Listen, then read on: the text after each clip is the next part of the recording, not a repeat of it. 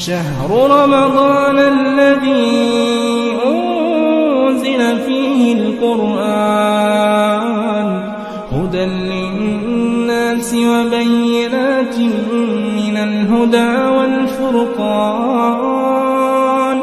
فمن شهد منكم الشهر فليصمه ومن كان مريضا أو على سفر فعدة من أيام أخر يريد الله بكم اليسر ولا يريد بكم العسر ولتكملوا العدة ولتكبروا الله على ما هداكم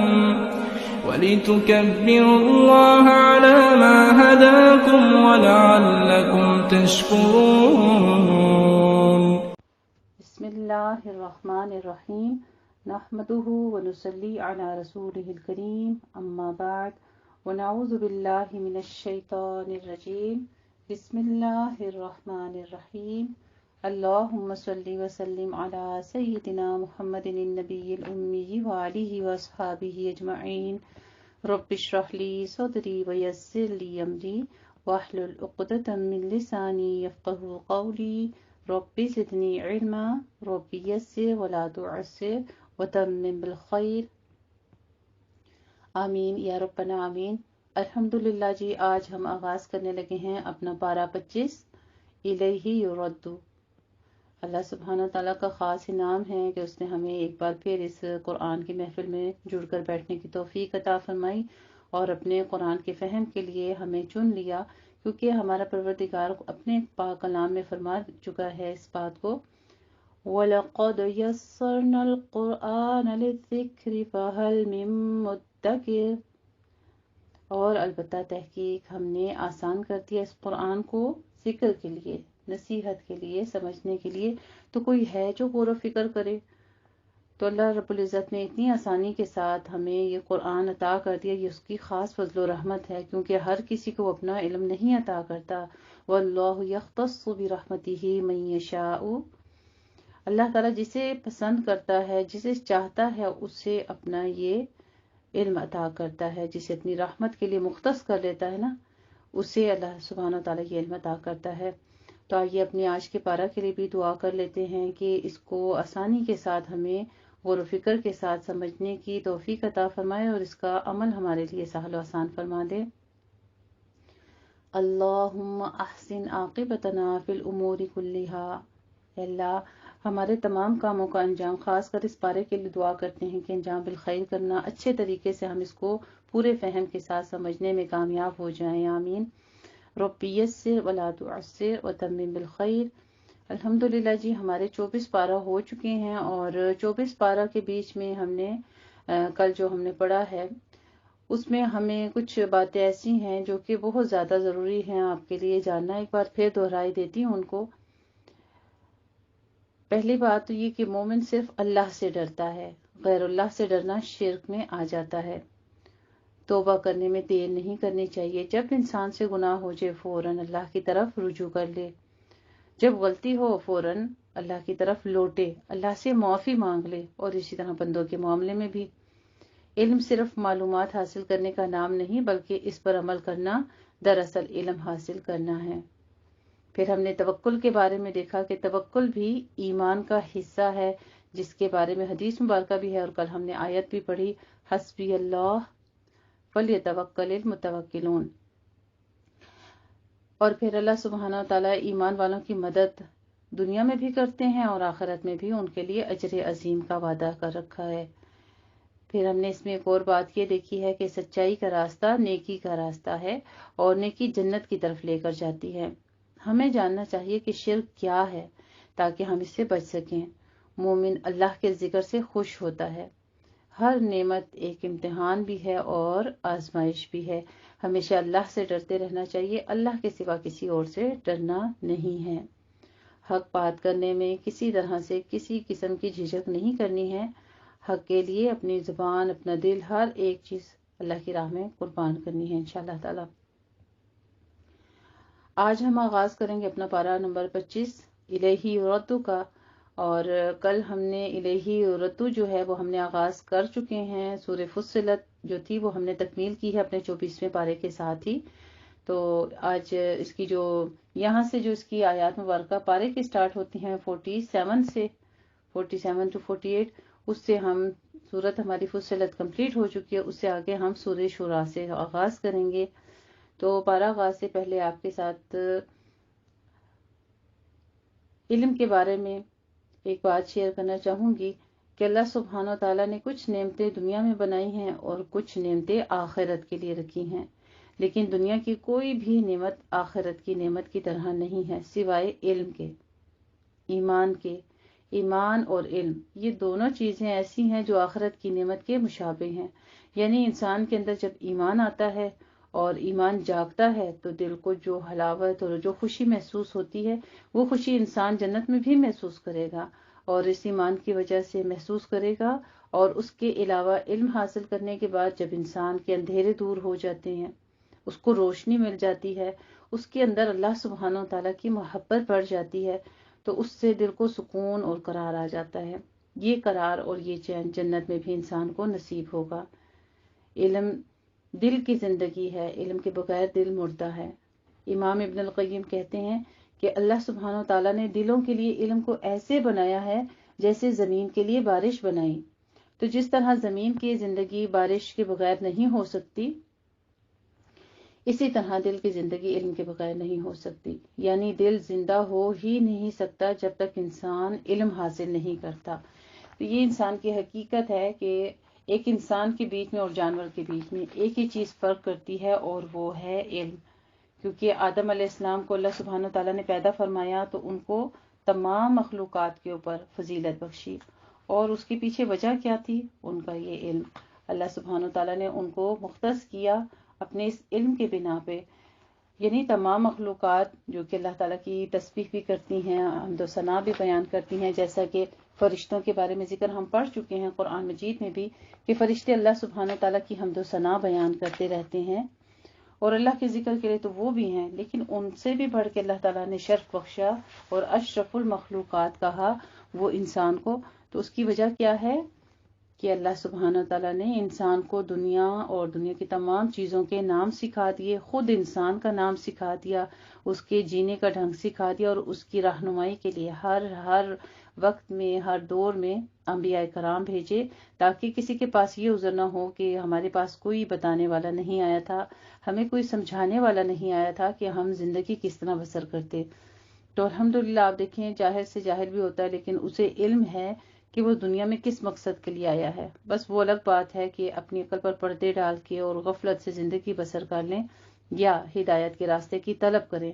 جو ہدایت کے راستے کی طلب کرتا ہے تو اللہ سبحانہ تعالیٰ اس کے لیے علم کے راستے پھر آسان کر دیتے ہیں اور ایسے سورسز اس کو عطا کرتے ہیں کہ انسان گمان بھی نہیں کر سکتا اور وہ جنت کا راستہ اختیار کر لیتا ہے. الحمدللہ جی، آج ہم آغاز کریں گے پارہ 25 الیہی یردو کا، اور اس میں ہم چونکہ سورت اپنی فصلت جو ہے جو کہ حامیم سجدہ بھی کہتے ہیں اس کو، یہ سورت ہم کمپلیٹ کر چکے ہیں اور آج ہم سورت الشورا سے آغاز کریں گے. تو سب سے پہلے اس پارہ کا میں آپ کے ساتھ مختصر خلاصہ بیان کروں گی تاکہ آپ کو اس کا ترجمہ جو ہے وہ سمجھنا آسان ہو جائے. سورۃ الشورا، بسم اللہ الرحمن الرحیم. اس سورت کا مرکزی مضمون توحید، رسالت اور آخرت ہے. اس میں دعوت توحید اور دین کو دعوت انبیاء کی تاریخ سے استشہاد کر کے سمجھایا گیا ہے.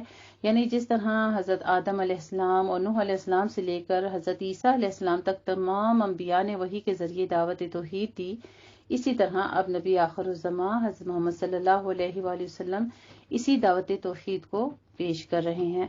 لوگوں نے دین کے معاملے میں جو اختلاف کیا اس کی وجہ یہ نہیں ہے کہ اللہ سبحانہ تعالیٰ نے رسولوں نے الگ الگ دینوں کو تعلیم دی ہے یا الگ الگ طریقے سکھائے ہیں، بلکہ اس کی وجہ لوگوں کی باہمی عداوت اور رقابت ہے. انبیاء علیہ السلام نے شروع دن سے اسی بات کی تبلیغ کی کہ اس کائنات اور اس میں موجود تمام چیزوں کا خالق، مالک اور پروردگار صرف اللہ تعالیٰ ہی ہے. صرف وہی اس بات کا استحقاق رکھتا ہے کہ اس کا حکم تمام کائنات میں چلے. بس اس کی مخلوق ہونے کی حیثیت سے انسان کا فرض ہے کہ اس کے احکامات سے تجاوز نہ کرے۔ اس نے انسان کو دنیا میں اختیار دے کر اس لیے بھیجا تاکہ وہ اس کی آزمائش کرے، یعنی ہمیں زندگی میں آنے کا مقصد سمجھایا جا رہا ہے۔ اس آزمائش میں کامیابی اسی صورت میں ممکن ہے جب انسان اللہ تعالیٰ کے احکامات کو بجا لائے۔ جو لوگ اس کے حکم کی خلاف ورزی کے مرتکب ہوتے ہیں وہ سخت گمراہی میں پڑ جاتے ہیں۔ دنیا کی زندگی کے بعد آخرت کی زندگی ہے جس میں اس دنیا کی آزمائش کا حتمی فیصلہ کیا جائے گا، یعنی آج آزمائش ہو رہی ہے، امتحان ہو رہا ہے اور کل رزلٹ کا دن ہوگا۔ جو لوگ اس میں کامیاب ہوں گے انہیں انعام و اکرام سے نوازا جائے گا، اور جو ناکام ہوں گے انہیں سخت عذاب دیا جائے گا۔ انبیاء علیہ السلام نے ہمیشہ یہی تعلیم دی، لیکن اللہ کی طرف سے صحیح علم آ جانے کے باوجود مختلف گروہوں نے اپنی ضد اور اپنی برتری قائم رکھنے کے لیے حق سے اختلاف کیا، اور اس طرح لوگ مختلف گروہوں میں بٹتے چلے گئے۔ اب یہ قرآن اسی اختلاف کو مٹانے کے لیے ایک میزان حق بن کر نازل ہوا۔ اگر لوگ اس میزان کے فیصلے کو قبول نہیں کریں گے تو پھر قیامت کے میزان عدل لوگوں کا فیصلہ کرے گی۔ نبی کریم صلی اللہ علیہ وآلہ وسلم اور تمام انبیاء کا کام لوگوں تک حق کی دعوت صاف صاف پہنچا دینا ہے۔ آگے لوگوں کی اپنی ذمہ داری ہے کہ اسے قبول کرتے ہیں یا رد کرتے ہیں۔ اس صورت میں توحید اور آخرت کے دلائل کے ساتھ ساتھ جو چیزیں بیان کی گئی ہیں ان میں دنیا پرستی کے نتائج پر متنبر کرنا، آیت نمبر 20، اور آگے دنیا کی زندگی کی بے ثباتی اور نیک بندوں کے اوصاف، آیت نمبر 36، اور آگے اور رسالت محمدیہ پر دلیل اور حضور صلی اللہ علیہ وآلہ وسلم پر بعض اعتراضات کے جوابات دیے گئے ہیں۔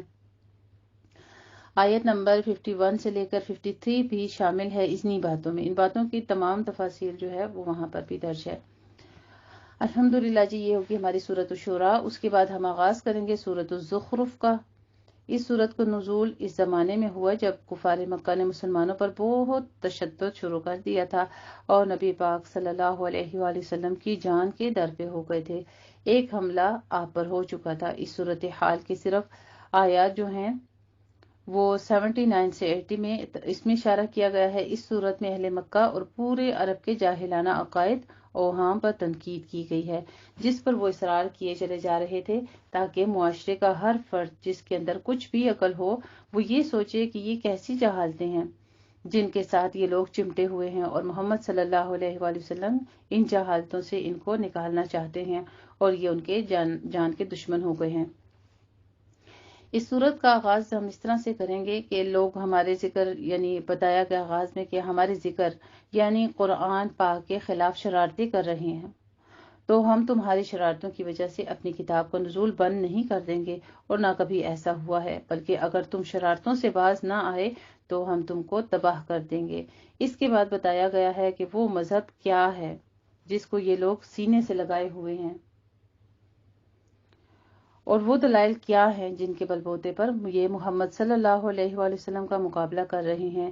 یہ بغیر کسی سند کے فرشتوں کو اللہ کی بیٹیاں قرار دیتے ہیں، اور اپنی حالت یہ ہے کہ جب ان کی بیٹی ہو تو منہ چھپاتے پھرتے ہیں اور کہتے ہیں کہ ہم حضرت ابراہیم علیہ السلام کے وارث ہیں، حالانکہ حضرت ابراہیم علیہ السلام تو سب سے بڑے توحید پرست تھے، اور وہ کہتے تھے کہ قرآن مکہ یا طائف میں سے کسی جگہ پر جو بھی مقام انہوں نے بتایا انہوں نے تمام تعلیمات حق کے ساتھ دی، اور ساتھ میں فرماتے کہ کسی سردار پر یہ نازل کیوں نہ ہوا، یعنی اس کے بیچ میں جو اختلافات حضرت ابراہیم علیہ السلام کے وقت میں رہے تھے وہی بات کے انبیاء علیہ السلام کے ساتھ بھی کیے گئے۔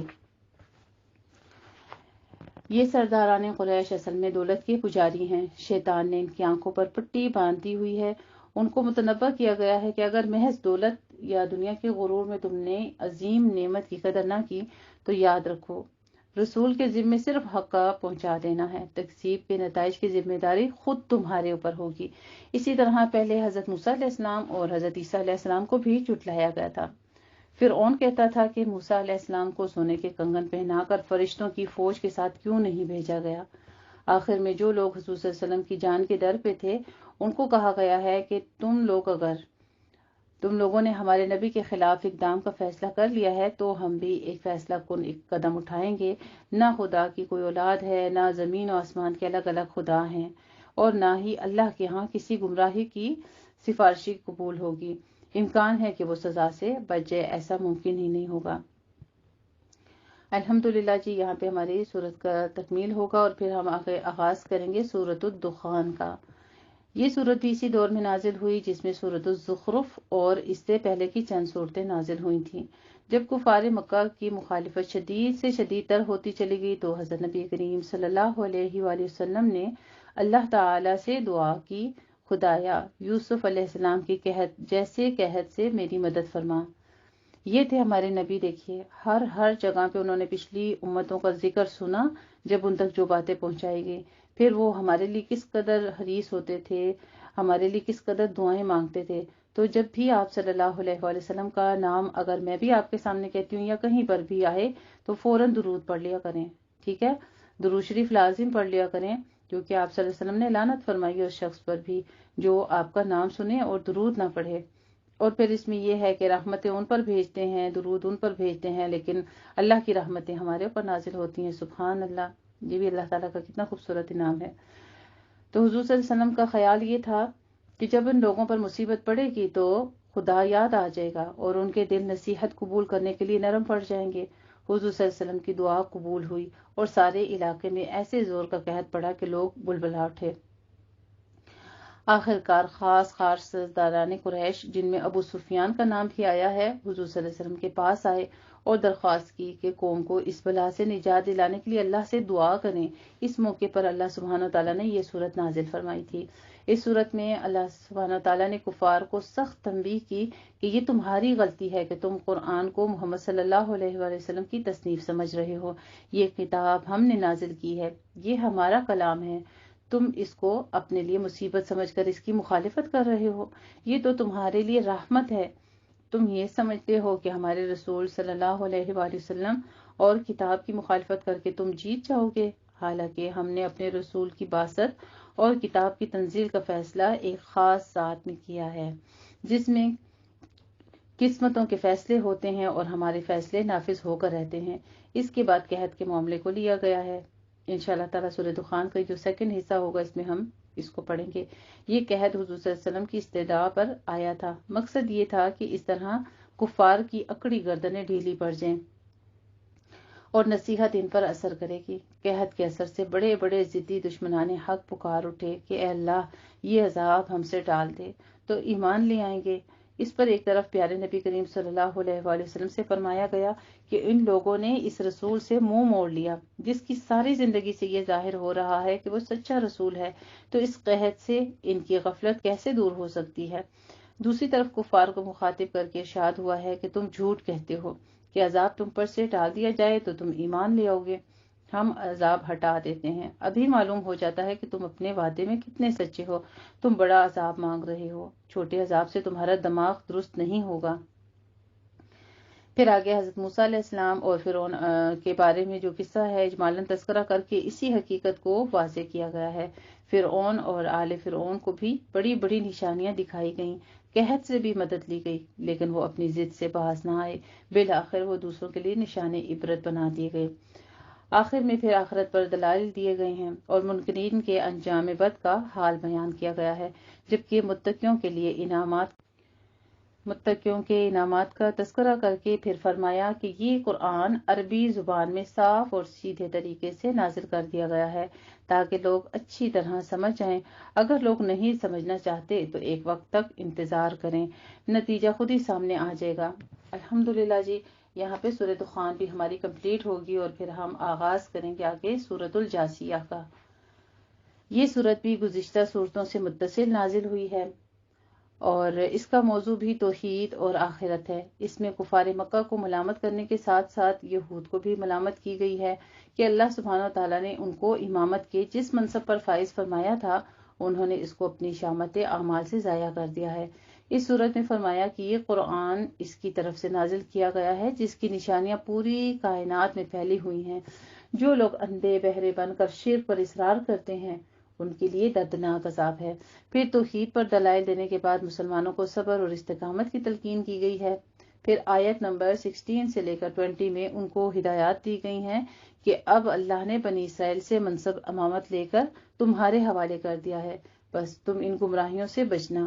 جن میں بنی اسرائیل مبتلا ہوئے، اور اللہ کے دین پر قائم اور استوار رہنا۔ اس وقت یہود اور مشرکین نے تمہارے خلاف جو گٹھ جوڑ رکھا ہے اس سے ذرا مرعوب نہ ہونا، اللہ کی تائید ہمیشہ متقیوں کے ساتھ ہے۔ پھر وہی تلقین جو پچھلی صورت کے اینڈ پر ہوئی، یہاں پر بھی وہی بتائی جا رہی ہے۔ آخر میں قیامت کے حوالے سے دلائل پیش کیے گئے ہیں جن میں منکرین کے شبہات کا ازالہ کیا گیا۔ منکرین کا جو حال قیامت کے دن ہوگا اس کا نقشہ کھینچا جائے گا انشاءاللہ تعالی۔ تو سورۃ الجاثیہ جو ہے یہاں پر ہمارا پارہ تکمیل ہوگا انشاءاللہ تعالی، اور پارے میں جو توحید، قیامت اور رسالت، یہ تمام عنوانات بیان کیے گئے ہیں، اور اس میں جو چیزیں ہمیں سمجھائی جا رہی ہیں اس میں مین کانسیپٹ کیا ہے کہ پچھلی قوموں نے اللہ کی توحید کا انکار کیا، اور اس کفر کی وجہ سے ان کا انجام کیا ہوا کہ ان کے لیے دنیا میں بھی تباہی ہوئی اور آخرت میں بھی۔ تو یہ کفار مکہ کے واقعات ہمیں کیوں بیان کیے جا رہے ہیں؟ آپ دیکھیے پہلے پارہ سے لے کر 25واں پارہ آ گیا، اور 25واں پارہ جو ہمارا ہے الیہ یرد، اس کا ہم کل آغاز کر چکے ہیں اپنے 24ویں پارے کے اینڈ پر، ساتھ ہی اس کا جو ہے سورت ہم نے سورہ حامیم السجدہ، سورہ فصلت جسے کہا جاتا ہے، وہ تکمیل کر لی تھی۔ تو آئیے آغاز کرتے ہیں آج اپنے 25ویں پارے کا، لیکن سورہ شورا سے کریں گے، ٹھیک ہے جی۔ سورۃ الشورا، شورا کہتے ہیں باہم مشورہ، مشورہ سے ہے باہم مشورہ کرنا۔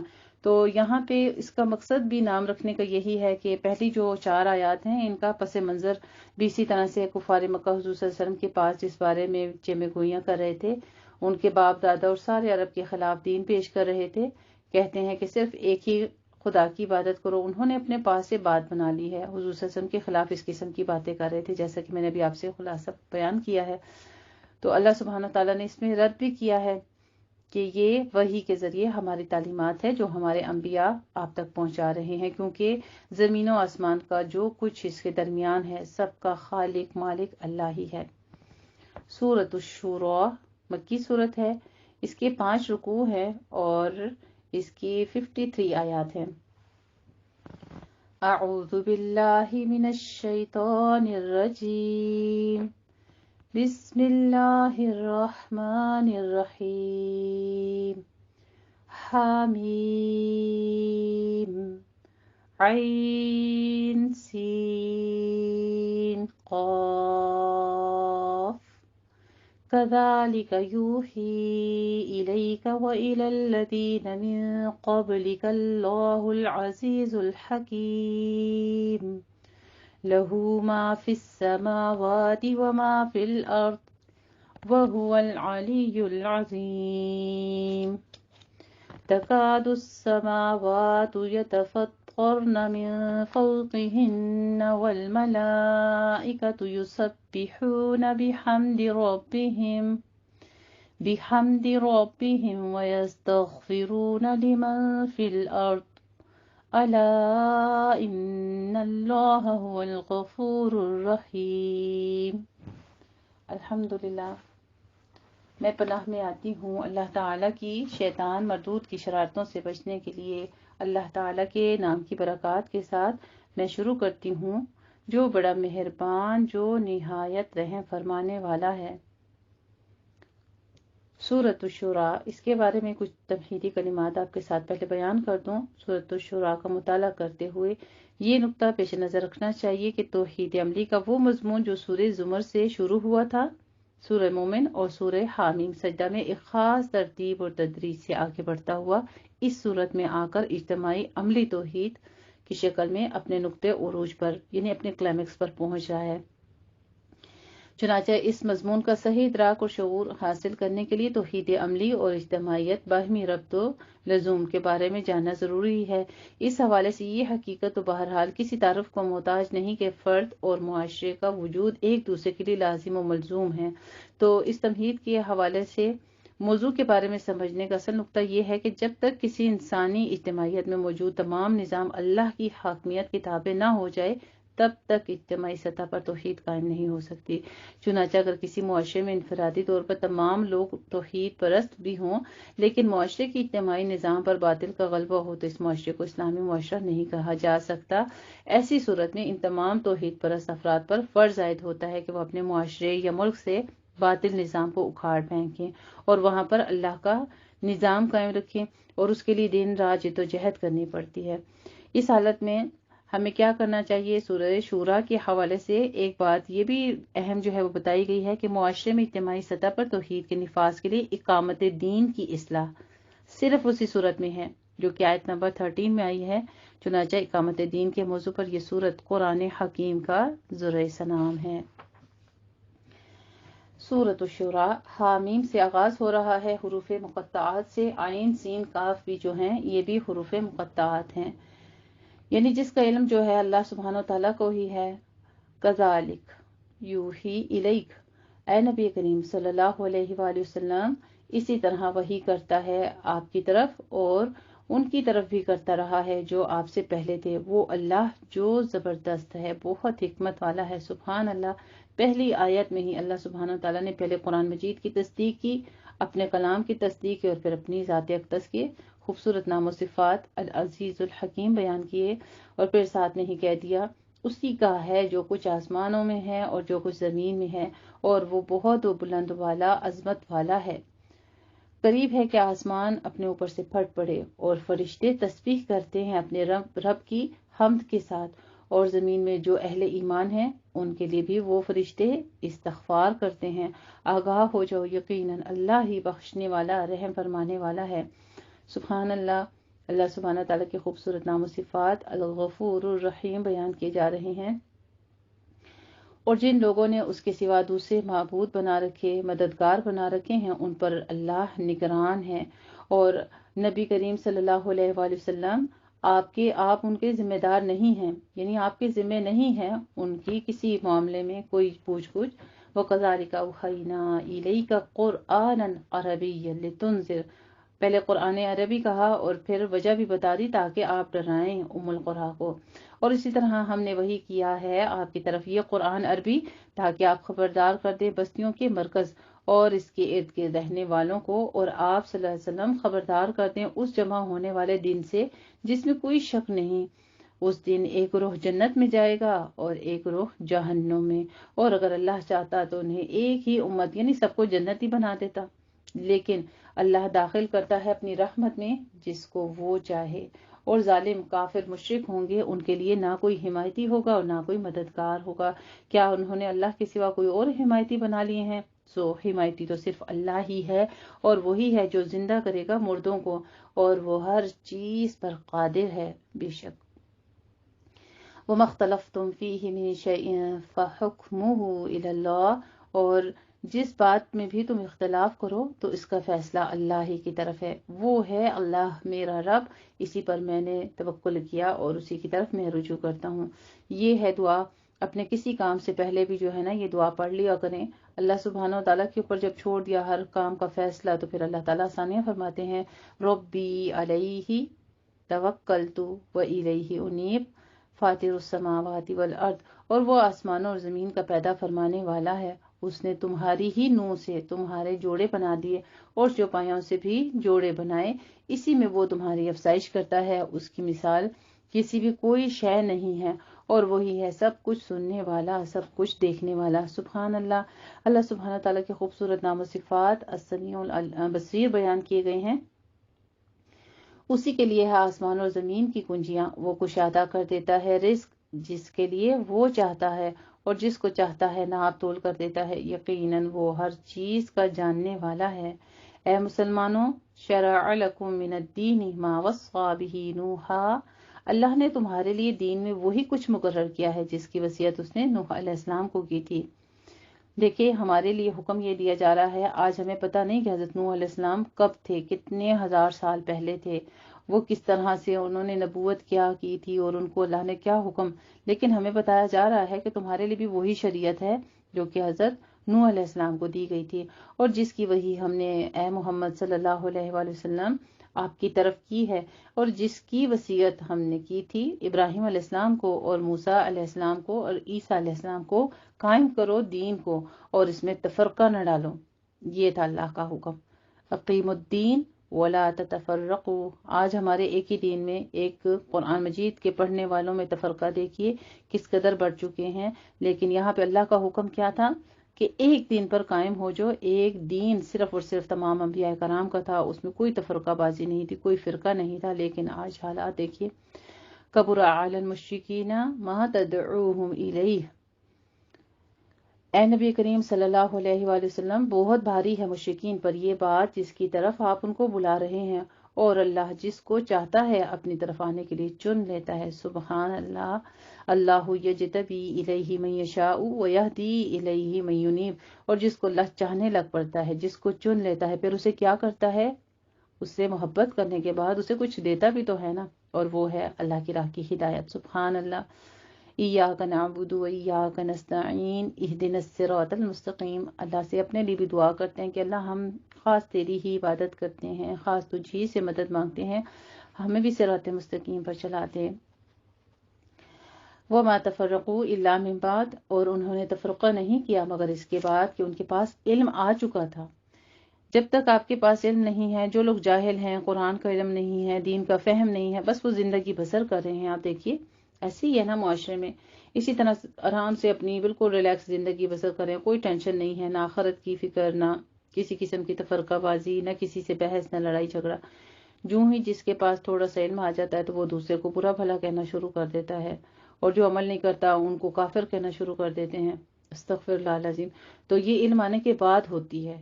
یہ تفرقہ بازی جو ہے نا، علم سے پہلے نہیں ہوتی، علم آنے کے بعد ہوتی ہے. آپس میں زدم زدہ کے باعث. اور اگر ایک بات آپ کے رب کی طرف سے پہلے سے ایک متعین وقت تک طے نہ پا چکی ہوتی تو ان کے درمیان اختلاف کا فیصلہ کر دیا جاتا. اور جو لوگ کتاب کے وارث بنائے گئے ان کے بعد وہ اس کے متعلق ایک خلجان آمیز شک میں مبتلا ہو گئے. یعنی شک بھی تب انسان کرتا ہے جب علم آ گیا. پہلے تو کسی چیز کا پتہ نہیں ہے تو کسی اللہ کے حکموں کو بس سنی سنائی بات ہے اس کے اوپر چلی جا رہے ہیں. جب ایک کتاب کو کھولتے ہیں، اس کو پڑھتے ہیں اور پھر اس کے اوپر شکوک و شبہات، یہ مومن کا تقاضا نہیں ہے، لیکن یہ ایسے لوگوں کا ذکر ہے جو آخرت پر ایمان نہیں رکھتے. تو اے نبی کریم صلی اللہ علیہ وآلہ وسلم، آپ اسی کی دعوت دیتے رہیے اور جمے رہیے جیسا کہ آپ کو حکم دیا گیا ہے، اور ان کی خواہشات کی پیروی نہ کیجیے. اور آپ کہہ دیجیے کہ میں تو اس کتاب پر ایمان لایا ہوں جو اللہ نے نازل کی ہے. اور آپ صلی اللہ علیہ وسلم کہہ دیجیے کہ مجھے حکم ہوا ہے کہ میں تمہارے درمیان عدل قائم کروں. اللہ ہمارا بھی رب ہے اور تمہارا بھی رب ہے. ہمارے لیے ہمارے اعمال اور تمہارے لیے تمہارے اعمال ہیں. اللہ یجمع بیننا و الیہ المصیر. ہمارے درمیان کسی حجت بازی کی ضرورت نہیں، اللہ ہمیں جمع کر دے گا اور اسی کی طرف سب کو لوٹنا ہے. اور وہ لوگ جو اللہ کے بارے میں حجت بازی میں لگے ہوئے ہیں اس کے بعد کہ اس کی دعوت پر لبیک کہہ دی گئی ہے، ان کی حجت بازی ان کے رب کے نزدیک بالکل پسپا ہے، اور ان پر اللہ کا غضب ہے اور ان کے لیے بہت سخت عذاب ہے. اللہ الذی انزل الکتاب بالحق والمیزان. اللہ نے، جس رب نے اتاری ہے کتاب بھی اور میزان بھی حق کے ساتھ. اور تمہیں کیا معلوم کہ قیامت قریب ہی ہو؟ اس وقت کے لیے جلدی ہی تو مچا رہے ہیں جو اس پر ایمان نہیں رکھتے. یعنی بے ایمان لوگ جو ہیں وہ کہتے ہیں کہ ٹھیک ہے قیامت آتی ہے تو آ جائے، کب آئے گی قیامت؟ استغفر اللہ العظیم. جبکہ مومن کو اپنے مالک کے آگے کھڑے ہونے سے اس دن کے حساب کتاب سے ڈر لگتا ہے، تو وہ اللہ سے پناہ مانگتا ہے، اللہ سے مہلت مانگتا ہے، اور پھر مہلت کے ساتھ ساتھ اللہ تعالیٰ سے ہدایت اور عمل کی توفیق بھی مانگتا ہے. آگے فرما دیا، اور جو لوگ ایمان رکھتے ہیں تو وہ اس لرزہ اور ترسا رہتے ہیں، وہ جانتے ہیں کہ وہ حق ہے. آگاہ ہو جاؤ، جو لوگ قیامت کے بارے میں جھگڑتے ہیں وہ بڑی دور کی گمراہی میں پڑ چکے ہیں. اللہ تعالیٰ اپنے بندوں کے حق میں بہت مہربان ہے، وہ رزق دیتا ہے جس کو وہ چاہتا ہے، اور وہ تو بہت قوی ہے، بہت زبردست ہے. سبحان اللہ. اللہ سبحانہ تعالیٰ کشادہ رزق عطا فرماتا ہے. یہ بھی اس بات کی دلیل ہے، اس آیت میں موجود ہے کہ اللہ لطیف بعبادہ یرزق من یشاء. یہ کسی کو زیادہ رزق ملنا، دنیا میں کسی کا امیر ہونا، کسی کا غریب ہونا کون کرتا ہے؟ وہ جو لطیف ہے، یعنی باریک بین ہے، اس کو زیادہ پتا ہے کہ کس کو زیادہ دوں کس کو کم دوں. وہ اپنی مرضی کے مطابق اپنے بندوں میں سے چن لیتا ہے جس کو جتنا دینا ہوتا ہے، کیونکہ وہ بہت ہی قوی ہے اور بہت ہی زبردست ہے. اللہ سبحانہ تعالیٰ کے خوبصورت نام و صفات القوی العزیز بیان ہوئے ہیں. من کان یرید حرث الآخرہ. دو اشخاص اب دیکھیے، ایک وہ شخص جو شخص آخرت کی کھیتی کا طالب ہوتا ہے تو ہم اس کے لیے اس کی کھیتی میں اضافہ کر دیتے ہیں، یعنی دنیا میں بھی اللہ تعالیٰ اس کو کرتے رہتے ہیں، جو ہر معاملے میں اپنا آخرت کو دیکھتا ہے تو پھر آخرت میں بھی اس کو وہ دگنا کر کے پالے گا۔ اور جو کوئی دنیا کی کھیتی کا طالب بن جاتا ہے تو ہم اس کو اس میں سے کچھ دے دیتے ہیں، یعنی ان کو دیا جاتا ہے، دنیا میں کھا پی رہے ہیں، جو کچھ مانگ رہے ہیں بس دنیا ہی مانگتے ہیں، تو پھر ایسوں کا انجام کیا ہے کہ دنیا ان کو کچھ دے دیتے ہیں اور آخرت میں ان کا کوئی حصہ نہیں ہے، ان کو وہاں پہ کوئی اجر نہیں ہے، بس وہاں پہ خالی ہاتھ جائیں گے۔ کیا ان کے کچھ ایسے شریک ہیں جنہوں نے ان کے لیے دین کا کوئی راستہ طے کر دیا ہو جس کا اذن اللہ نے نہیں دیا؟ اور اگر ایک قطعی حکم پہلے سے طے نہ ہو چکا ہوتا تو ان کے درمیان فیصلہ کر دیا جاتا۔ بار بار اللہ سبحانہ تعالیٰ اس بات کی یہ بھی احسان ایک جتا رہے ہیں کہ اگر یہ فیصلہ ایک مقرر وقت تک نہ ہوتا تو جس وقت یہ جلدی مانگتے ہیں ساتھ ساتھ ان کو عذاب دے دیا جاتا، اسی وقت ان کے فیصلے ہو جاتے۔ وَإِنَّ الظَّالِمِينَ لَهُمْ عَذَابٌ أَلِيمٌ، اور ظالموں کے لیے تو بہت دردناک عذاب ہے۔ تم دیکھو گے ان ظالموں کو کہ وہ اپنے کرتوتوں کے سبب ڈر رہے ہوں گے اور وہ ان کے اوپر پڑنے والا ہوگا، اور وہ لوگ جو ایمان لائے اور اعمال صالحہ پر کاربند رہے وہ جنتوں کے باغات میں ہوں گے، ان کے لیے ان کے رب کے پاس وہ سب کچھ ہوگا جو وہ چاہیں گے، یہی ان کے لیے بہت بڑی فضیلت ہوگی۔ یہ ہے وہ انجام نیک جس کی بشارت اللہ تعالیٰ دے رہا ہے اپنے ان بندوں کو جو ایمان لائے اور انہوں نے نیک اعمال کیے۔ اے نبی کریم صلی اللہ علیہ وآلہ وسلم، قل لا اسألکم علیہ اجرا الا المودۃ فی القربى، آپ صلی اللہ علیہ وسلم کو حکم ہو رہا ہے کہ آپ کہہ دیجئے کہ میں تو تم سے کوئی اجر نہیں مانگتا سوائے قرابت داری کے لحاظ سے، اور جو کوئی بھلائی کمائے گا تو ہم اس کے لیے اس میں بھلائی کا اضافہ کرتے رہیں گے، یقیناً اللہ تعالیٰ بہت بخشنے والا، بہت قدردان ہے۔ ساتھ ہی توبہ کے دروازے بھی کھول دیے جاتے ہیں۔ اللہ سبحانہ تعالیٰ کے نام و صفات غفور شکور کا بیان ہوا۔ ام یقولون افترا علی اللہ کذبا، کیا وہ کہتے ہیں کہ اس نے اللہ کے اوپر جھوٹ گھڑ لیا ہے؟ تو اگر اللہ چاہے آپ کے قلب پر مہر لگا دے اور اللہ باطل کو مٹا دیتا ہے اور حق کو حق ہونا ثابت کر دیتا ہے اپنے کلمات کے ساتھ۔ حق کو حق اللہ کیسے ثابت کرتا ہے؟ اپنے کلمات کے ساتھ۔ تو یہ قرآن مجید حق ہے، جب کہیں پر آپ نے دلیل پیش کرنی ہو تو اللہ کے ان کلمات کے ساتھ دلیل دیا کریں۔ انہ علیم بذات الصدور، یقیناً وہ واقف ہے اس سے بھی جو کچھ سینوں کے اندر پوشیدہ ہے، اور وہی ہے جو کہ اپنے بندے کی توبہ قبول کرتا ہے اور ان کی بہت سی برائیوں سے درگزر کرتا ہے، اور وہ جانتا ہے جو کچھ تم کرتے ہو، اور وہ دعائیں قبول کرتا ہے ان لوگوں کی جو ایمان لائیں اور نیک اعمال کریں، اور اپنے فضل سے انہیں ایمان اور اعمال صالحہ میں ترقی بھی دیتا ہے، اور کافروں کے لیے بہت سخت عذاب ہے۔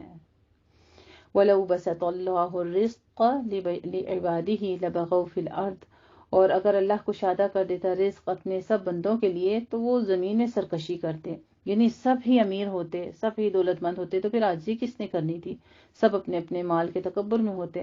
تو اللہ سبحانہ تعالیٰ کی یہ بھی حکمت ہے کہ کتنی بڑی، کسی کو پیسہ زیادہ دیا، کسی کو کم دیا، کوئی کسی کے ماتحت ہے، کوئی کسی کے حکمران بنا ہوا ہے، اسی طرح سے آپ آپس میں ایک دوسرے کی اصلاح بھی کرتے ہیں، ایک دوسرے کے بات بھی مانتے ہیں، تو یہ اللہ تعالیٰ نے کسی حکمت کے تحت ایسے نظام کو قائم کیا ہے۔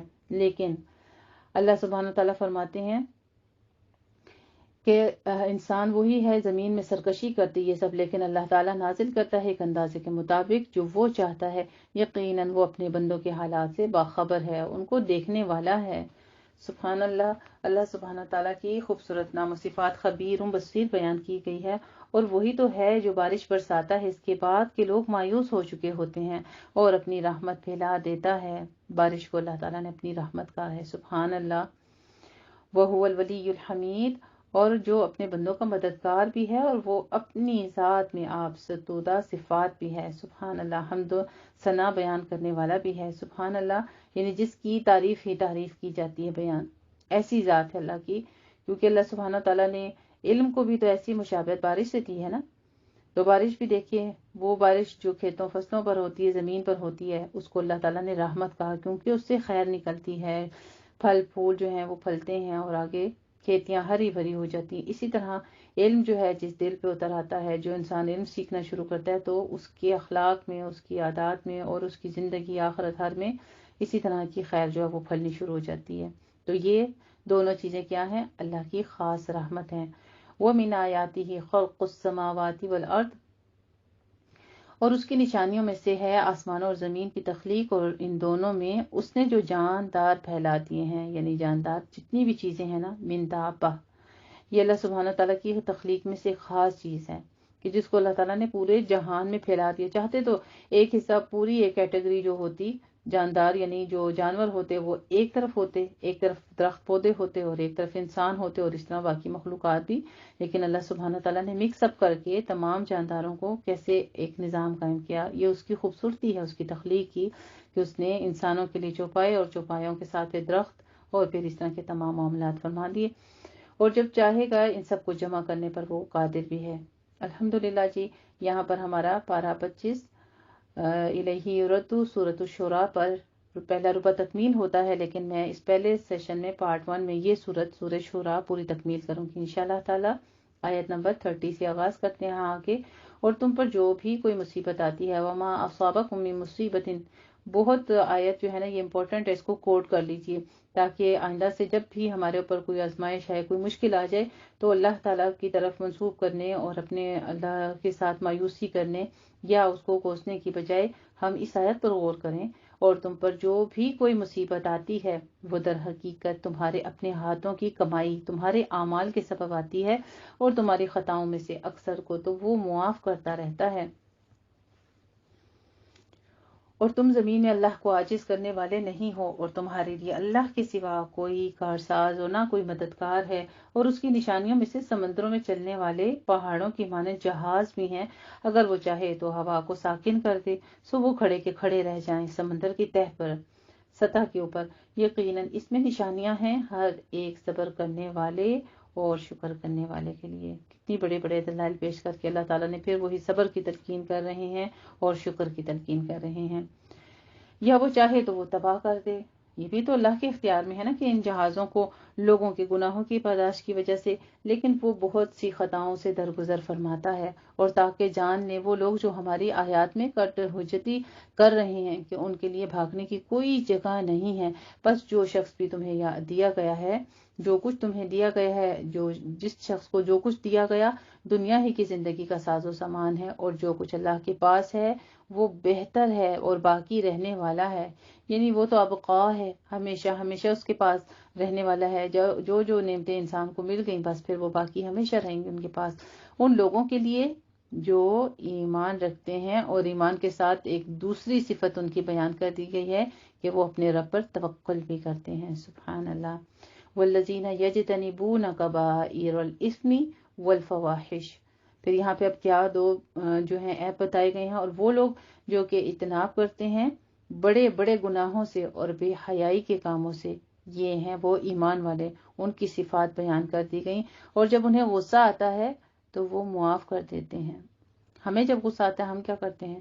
برابر کا جواب دیتے ہیں، جواب دینے کے بعد اچھی طرح سے اپنے دل کی بھڑاس نکالنے کے بعد ہم کہتے ہیں کہ میں صبر کروں گی۔ صبر وہ نہیں ہوتا جو آپ صدمے کے خوب اچھی طرح سے مرحلے پہلے جو ہیں وہ شدت میں گزار دیں، جسم پہ اپنے جو ہے تشدد کر دیں، دوسروں کے اوپر الفاظ کے تشدد چھاڑ دیں، اور اس کے بعد آپ کہیں کہ میں صبر کرتی ہوں، نہیں، بلکہ یہ ایمان والوں کا جن کے لیے آخرت میں ہمیشگی کا اللہ رب العزت نے انعام رکھا ہے باقی رہنے والا، وہ کون لوگ ہیں؟ ایمان کے ساتھ ساتھ وہ اللہ پر بھروسہ کرتے ہیں۔ جب اللہ پر توکل ہو گیا تو پھر انسان کو پتا ہوتا ہے کہ رب خود ہی حساب لے لے گا، تو وہ معاف بھی کر دیتے ہیں۔ شدید غصے میں آنے کے ساتھ ہی وہ کیا کرتے ہیں؟ وَإِذَا مَا غَضِبُوا هُمْ يَغْفِرُونَ، جب ان کو شدید غصہ آتا ہے تو وہ معاف کر دیتے ہیں۔ کتنا سخت کام ہے، کتنا بھاری کام ہے یہ، لیکن پیچھے کہہ دیا نا رب نے، وَاللَّهُ يَخْتَصُّ، جسے وہ چن لیتا ہے اپنی رحمت کے لیے، اسے علم دیتا ہے، اسے حکمت دیتا ہے، اسے صبر کی شکر کی توفیق دیتا ہے، اور جس کے اندر صبر آ جاتا ہے وہ اسی طرح کرتا ہے کہ جب بھی غصہ آتا ہے وہ مسکرا کے معاف کر دیتا ہے۔ اور معاف کرنے کے پیچھے یہ نہیں ہوتا کہ وہ جھک گیا ہے، بس اللہ کا یہ حکم ہے نا، اللہ تعالیٰ کی طرف جو اجر ہیں اس کو پانے کی نیت کے ساتھ۔ والذین استجابوا لربہم وَأَقَامُوا الصَّلَاةَ وَأَمْرُهُمْ شُورَىٰ بَيْنَهُمْ، مزید صفات بیان کی جا رہی ہیں، اور وہ لوگ جنہوں نے اپنے رب کی پکار پر لبیک کہا، یعنی جو حکم اللہ کا سنا اس پر فوراً سمعنا و اطعنا غفرانک ربنا و الیک المصیر کہہ دیا، اور وہ نماز قائم کرتے ہیں۔ واقاموا الصلاۃ، اور انہوں نے نماز قائم کی، اور ان کا کام آپس میں مشورے سے ہوتا ہے۔ یعنی منافق کے اندر ہوتا ہے دوسرے کے ساتھ ضد بھی ہوتی ہے، اوپر سے شو کر رہا ہوتا ہے ساتھی بن کر، اور اندر اس کے منافقت ہوتی ہے، تو وہ کبھی بھی باہمی مشورے کے تحت نہیں کام کرتا، بس اپنی ذات کا مفاد چاہتا ہے۔ جبکہ مومن جو ہے، جو اللہ پر بھروسہ کرنے والا، تو وہ دوسرے کا بھی فائدہ سوچتا ہے اور اپنا بھی فائدہ سوچتا ہے، اور ہر کام باہمی مشورے کے ساتھ کرتا ہے، اور جو کچھ ہم نے دیا ہے اس میں سے پھر وہ خرچ بھی کرتا ہے، یعنی وہ صدقہ خیرات بھی کرتا ہے، چاہے وہ مال کا ہوتا ہے، چاہے وہ علم کا ہوتا ہے، چاہے اپنے وقت کا ہے، چاہے اپنے اخلاق کا ہے، لیکن اللہ نے جو جو رزق اس کو دیا ہے وہ اس کو اللہ کی راہ میں خرچ کرتا ہے۔ والذین اذا اصابهم البغی هم ینتصرون، سبحان اللہ۔ اور وہ لوگ کہ جب ان پر زیادتی ہو تو وہ بدلہ لیتے ہیں، اور کسی برائی کا بدلہ ویسے ہی برائی ہے، بس جو کوئی معاف کر دے اور اصلاح کرے تو اس کا اجر اللہ کے ذمے ہے، سبحان اللہ۔ اب اجر اللہ سے پانا ہے تو پھر معاف کرنا ہوگا، نہیں تو پھر اپنا بدلہ لیجیے اور ٹائم پاس کیجیے۔ انہ لا یحب الظالمین، آج ہمیں وہ کیٹیگری پتہ چل رہی ہے کہ اللہ تعالیٰ ظالموں کو پسند نہیں کرتا۔ ہم پیچھے بہت سارے ایسے صفات پڑھ چکے ہیں جن سے اللہ سبحانہ تعالیٰ محبت کرتے ہیں اور جن کو پسند کرتے ہیں، اور بہت ساری ایسی کیٹیگریز بھی ہم پڑھ چکے ہیں جن سے اللہ تعالیٰ نفرت کرتے ہیں، جن کو پسند نہیں کرتے۔ تو آج ایک اور صفت جو پتہ چلتی ہے وہ ہے ظالم۔ ظالم کون سے؟ جو نہ کسی کو معاف کرتے ہیں اور نہ رب پر توکل کرتے ہیں۔ پہلی بات ان کے اندر ایمان ہی نہیں ہوتا، اور دوسرا پھر وہ بے حیائی کے کام بھی کرتے ہیں، فواحش بھی کرتے ہیں، اور پھر وہ نہ نماز پڑھتے ہیں اور نہ رب کے حکموں پر لبیک کہتے ہیں، اور نہ ہی آپس میں مشورے کرتے ہیں، نہ ہی اللہ کی راہ میں خرچ کرتے ہیں، اور بس جس نے جتنا کیا اس سے بھی بڑھ کے ان کے ساتھ بدلہ بھی لیتے ہیں اور ان کے ساتھ ظلم اور زیادتی بھی کرتے ہیں۔ یہ ہے وہ لوگ جن کو اللہ پسند نہیں کرتا، جن سے اللہ محبت نہیں کرتا۔ وَلَمَنِ انتَصَرَ بَعْدَ ظُلْمِهِ فَأُولَٰئِكَ مَا عَلَيْهِم مِّن سَبِيلٍ، تو اور جو کوئی بدلہ لے اس کے بعد کہ اس پر ظلم کیا گیا ہو تو ان لوگوں پر کوئی الزام نہیں۔ اصل میں الزام تو ان پر ہے جو لوگوں پر ظلم کرتے ہیں اور زمین کے اندر سرکشی کرتے ہیں بغیر کسی حق کے، یہی لوگ ہیں جن کے لیے دردناک عذاب ہے۔ اور ہاں، جو کوئی صبر کرے اور معاف کر دے تو یہ واقعتاً بڑی ہمت کے کاموں میں سے ہے۔ ان ذالک لمن عزم الامور، تو بڑے بڑے کام کون کرتا ہے؟ جو بڑے لوگ ہوتے ہیں۔ چھوٹے چھوٹے لوگ تو چھوٹے چھوٹے کام، چھوٹی حرکتیں، چھوٹی سوچ، چھوٹے پیمانے پر ان کے کاروبار بھی ہوتے ہیں، چھوٹے پیمانے پر ان کے اخراجات بھی، اور یعنی ہر چیز نیچی ہوتی ہے۔ لیکن جو بڑے ظرف والے لوگ ہوتے ہیں، بڑی سوچیں رکھنے والے، بڑے حوصلوں والے، بڑے اخلاق کے مالک ہوتے ہیں، پھر وہ کیا کرتے ہیں؟ صبر سے اور درگزر سے کام لیتے ہیں، سبحان اللہ۔ وباللہ توفیقی، اللہ سبحانہ وتعالی ہم سب کو اس کی توفیق عطا فرمائے۔ وَمَن يُضْلِلِ اللَّهُ فَمَا لَهُ مِن وَلِيٍّ مِّن بَعْدِهِ، اور جس کو اللہ ہی نے گمراہ کر دیا ہو تو اس کے بعد اس کے لیے کوئی مددگار نہیں۔ اور تم دیکھو کہ ظالموں کو کہ جب وہ عذاب کو دیکھیں گے تو کہیں گے کہ کیا واپس لوٹ جانے کا یہی کوئی راستہ ہے؟ اور تم دیکھو گے انہیں کہ وہ پیش کیے جائیں گے اس جہنم پر، نگاہیں زمین پر گاڑے ہوں گے ذلت کی وجہ سے، دیکھ رہے ہوں گے کنکیوں سے، اور اس وقت اہل ایمان کہیں گے کہ واقعتاً تباہ و برباد ہونے والے تو وہ لوگ ہیں جنہوں نے اپنے آپ کو اور اپنے اہل و عیال کو قیامت کے دن کے خسارے میں مبتلا کیا۔ آگاہ ہو جاؤ، یہ ظالم تو ہمیشہ قیامت میں رہنے والے عذاب میں رہیں گے، اور ان کے لیے کوئی مددگار نہیں ہوگا جو ان کی مدد کر سکے اللہ کے مقابلے میں۔ اور جسے اللہ ہی نے گمراہ کر دیا ہو پھر اس کے لیے کوئی راستہ نہیں۔ تو اللہ تعالیٰ کسی کو گمراہ کرتے ہیں بھلا؟ اللہ سبحانہ تعالیٰ نے تو ہم شروع میں پڑھ چکے ہیں کہ اللہ سبحانہ تعالیٰ نے فرما دیا جب شیطان نے وعدہ کیا تھا کہ یا رب میں تیرے سیدھے لوگوں کو تیری سیدھی سچی راہ سے گمراہ کر دوں گا، اللہ سبحانہ تعالیٰ نے کیا فرمایا تھا آگے سے کہ جو میرے بندے ہوں گے نا، میرے بندے، اس پر تیرا زور نہیں چلے گا۔ تو گمراہ کون ہوتا ہے؟ جو شیطان کی پیروی کرتا ہے، اللہ کسی کو گمراہ نہیں کرتا۔ استجیبوا لربکم من قبل ان یأتی یوم لا مرد له من اللہ، اے اہل ایمان اپنے رب کی پکار پر لبیک کہو، اس سے پہلے کہ اللہ کے حکم سے وہ دن آ جائے جسے لوٹایا نہ جا سکے گا، نہیں ہوگی تمہارے لیے اس دن کوئی جائے پناہ اور نہیں ہوگا تمہارے لیے کوئی موقع انکار کا۔ بس اگر یہ لوگ اعراض کریں تو اے نبی کریم صلی اللہ علیہ وآلہ وسلم، ارسلناک علیہم حفیظا، فما ارسلناک ہے کہ ہم نے آپ کو ان کے اوپر داروغہ بنا کر نہیں بھیجا ہے، ان علیک الا البلاغ، بس جو آپ کے اوپر ذمہ داری ہے مگر یہ کہ صاف صاف پہنچا دینا۔ اور جب ہم انسان کو اپنی رحمت کا کوئی مزہ چکھاتے ہیں تو وہ اس پر اتراتا ہے، اور اگر ان پر آ پڑے کوئی برائی ان کے اپنے ہاتھوں کے کرتوتوں کی بدولت تو انسان بالکل ناشکرا بن جاتا ہے۔ کیا اللہ تعالیٰ کسی پر ظلم کرتے ہیں یا اللہ کی طرف سے انسان کے اوپر کمی کی جاتی ہے؟ نہیں، اللہ سبحانہ تعالیٰ فرما رہے ہیں کہ تمہارے اپنے کرتوتوں کی وجہ سے، ناشکرے پن کی وجہ سے، کیونکہ آسمانوں اور زمین کی بادشاہی اللہ ہی کے لیے ہے۔ وہ پیدا کرتا ہے جو وہ چاہتا ہے، جس کو وہ چاہتا ہے بیٹیاں دیتا ہے، اور جس کو وہ چاہتا ہے بیٹے دیتا ہے، یا انہیں ملا کر بھی دے دیتا ہے، یعنی بیٹے اور بیٹیاں مکس بھی دے دیتا ہے اولاد، اور جس کو وہ چاہتا ہے بانجھ کر دیتا ہے۔ یقیناً وہ سب کچھ جاننے والا ہے، ہر چیز پر قدرت رکھتا ہے۔ سبحان اللہ۔ اللہ سبحانہ تعالیٰ کی دونوں صفات علیم قدیر بیان کی گئی ہیں کہ اللہ بہتر جانتا ہے کہ کس کے لیے اولاد بہتر نہیں ہے۔ ہو سکتا ہے کہ بہت ایمان والا ہو اور اس کی اولاد کفر کے حال میں اس کو لے جائے تو اللہ اس کو دیتا نہیں، یا اولاد کی محتاجی اس قدر عطا کر دی جائے کہ وہ انسان اپنے ایمان، اپنی نماز، عبادات سے ہی ہٹ جائے اور وہ بس اس اولاد کی ہی پرورش میں اور اس کی مجبوریوں میں، اس کے علاج میں ہی غرق رہے۔ یہ تو رب بہتر جانتا ہے نا، اسی لیے علیم صفت اپنی کہا ہے، اور قدیر بھی کہ وہ تو قادر ہے، وہ تو دے سکتا ہے، لیکن یہ اس کی قدرت ہے، اگر وہ نہیں دے رہا تو بس اس پر جو لوگ اللہ سبحانہ تعالیٰ سے کفر نہیں کرتے اور شکر کرتے ہیں جن کو دی ہے۔ اللہ سبحانہ تعالیٰ سے دعا کرتی ہوں اپنے اولاد کے لیے بھی، بیٹوں بیٹیوں کے لیے نیک صالح پروان چڑھیں اور اللہ کے متی فرما بردار ہوں، ہماری فرما بردار ہوں۔ اللہ سبحانہ تعالیٰ ان کو اپنے دین کا مددگار بنا لے اور ہمیشہ کے لیے ہمارے لیے بھی صدقے جاریہ بنائے، اپنے دین کے کام ان سے لیتا رہے۔ اور اسی طرح سے ان سب کے لیے جن کے ہاں اولاد نہیں ہے ان کے لیے بہتر اولاد کی بھی دعا کرتے ہیں کہ اللہ رب العزت ان کو وہ عطا کرے جو ان کے حق میں بہتر ہو، کیونکہ انہ علیم قدیر، وہ ہی جانتا ہے۔ جس کو نہیں دے رہا تو اس کے پیچھے اس کی حکمت ہے، اور وہ قادر ہے دینے پر۔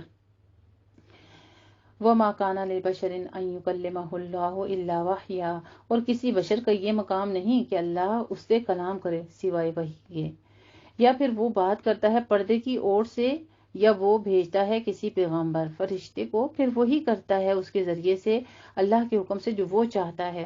یعنی اللہ تعالیٰ کی وہی جو فرشتے بھی لے کر آتے ہیں یہ بھی تو اللہ کی طرف سے نا، کوئی فرشتہ تو خود سے کسی پیغمبر کی طرف کوئی رپورٹ لے کر، کوئی پیغام لے کر، کوئی حکم لے کر نہیں آ سکتا۔ اللہ سبحانہ تعالیٰ کہتے ہیں کہ پیغمبروں کی طرف بھی جو وحی کی جاتی ہے۔ پھر یہاں سے ہمیں ایک اور بات بھی واضح ہو گئی ہے جو آپ صلی اللہ علیہ وسلم کے بارے میں بھی، کہ اللہ تعالیٰ کو آپ نے ڈائریکٹ سامنے دیکھا معراج کی رات، تو اللہ سبحانہ تعالیٰ پردے کی اوٹ سے بات کرتے ہیں یا وہ بھیجتے ہیں کسی پیغام رساں کو، ٹھیک ہے۔ انہ علی حکیم، بے شک اللہ تعالیٰ کی ذات کے بارے میں تاکیدی جملہ ہے کہ وہ بہت بلند و بالا ہے، کمال حکمت ہے، تمام حکمتیں رکھنے والا ہے۔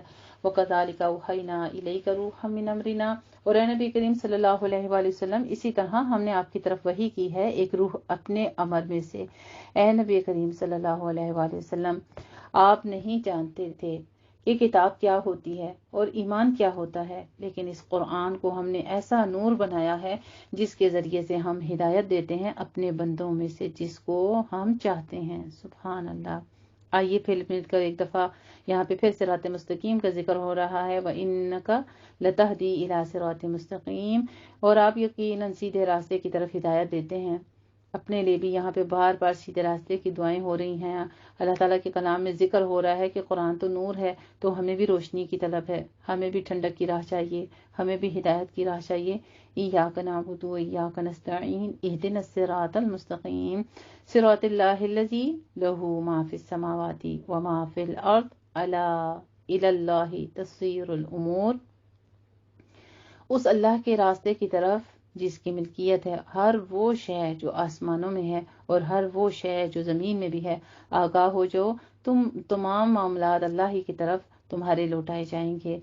آیت نمبر 53 پر ہماری سورت جو ہے یہاں پہ تکمیل ہوتی ہے، اور یہاں پہ ذکر ہوا کہ آپ نہیں جانتے تھے کہ کتاب کیا ہوتی ہے اور ایمان کیا ہوتا ہے، تو آپ صلی اللہ علیہ وسلم نے دنیا کی معروف اور روایتی طریقے سے نہ تو تعلیم حاصل کی تھی اور نہ ہی آپ صلی اللہ علیہ وسلم نے تورات کا یا کوئی اور کتاب پڑھی تھی، اس لحاظ سے آپ صلی اللہ علیہ وسلم امیین میں سے تھے۔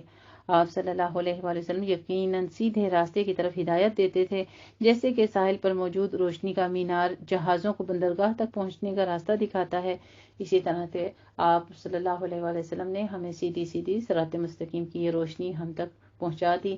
الحمدللہ آج ہم تک یہ کلام اللہ کا، یہ قرآن ہم تک پہنچ چکا ہے۔ اب ہمارا کام ہے کہ ہم اس نعمت کا کس قدر شکر گزار کرتے ہیں۔ اللہ سبحانہ تعالیٰ ہمیں صحیح معنوں میں مستفید ہونے والا بنا دے، آمین۔ الحمدللہ جی، سورۃ الشورى آیت نمبر 53 پر ہماری یہاں تکمیل ہوتی ہے۔ جزاکم اللہ احسن الجزاء۔